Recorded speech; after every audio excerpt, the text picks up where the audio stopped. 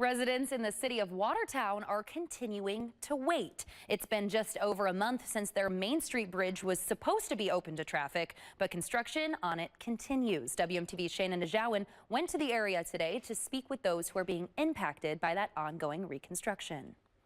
Some business owners say they've noticed less customers following the start of the project.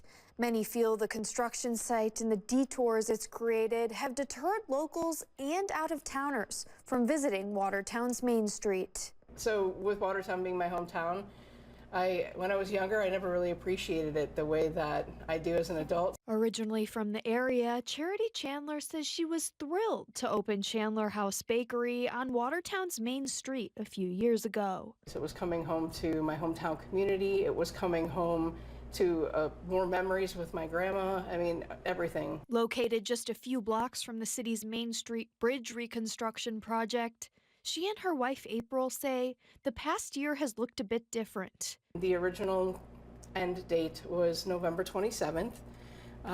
There has been a need to extend, as you can tell, perhaps coming into town. The project was delayed due to negotiations between the state and the contractor. I just wish it would have gotten done Thanksgiving like it was supposed to be. But District 3 Alder Steve Board says addressing structural issues on Watertown's main thoroughfare is essential. Just very fortunate that the building is still standing, to be honest with you, because that was part of the problem. And bridges do have to be repaired from time to time. They're man-made structures. They fail. So yeah, I think it's going to be beneficial to the city to get it done. Despite the delay, the Chandlers say they have their loyal customers and Main Street business community to help them get through. We have amazing customers, and we are so fortunate for that. So even if we've seen a reduction in sales, we're lucky that probably not as much maybe as some of the other businesses in our community have, just given the loyalty and the dedication of our customers to who we are. City Mayor Emily McFarland released a letter to the public expressing her frustration with the delay.